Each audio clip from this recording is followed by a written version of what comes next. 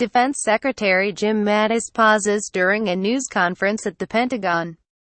Washington Defense Secretary Jim Mattis late Tuesday announced that transgender troops will be allowed to continue serving in the military pending the results of a study by experts.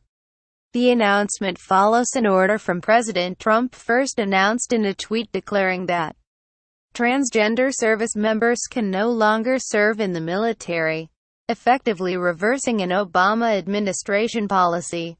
The order also affects the Department of Homeland Security, which houses the Coast Guard.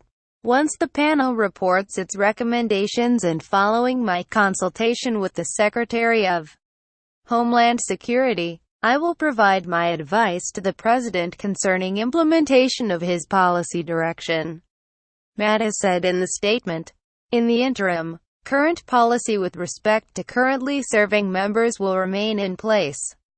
Mattis' move buys time for the Pentagon to determine how and if it will allow thousands of transgender troops to continue to serve, whether they will receive medical treatment, or how they will be discharged. As Defense Secretary, Mattis has emphasized that he has little tolerance for policies that detract from military readiness or the Pentagon's effectiveness on the battlefield.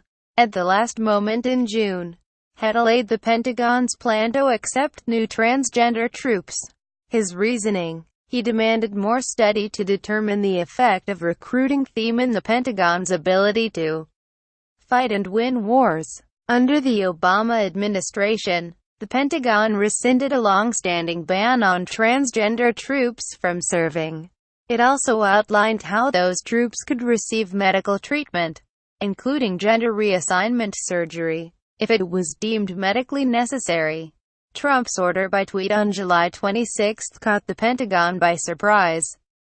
The tweet said there was no room in the ranks for transgender troops and that the government would no longer pay for their medical treatment.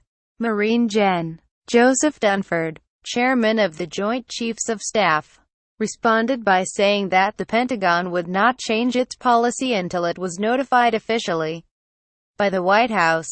The president issued that notification Friday night. It directed Mattis to study the issue and determine how to implement Trump's direction. It was assailed by advocates for transgender troops who called it discriminatory, and the American Civil Liberties Union has filed suit against it. Last year, the Pentagon commissioned a study by the nonpartisan RAND Corp. to examine the effects on military readiness of allowing transgender troops to serve openly and the cost of providing them medical treatment.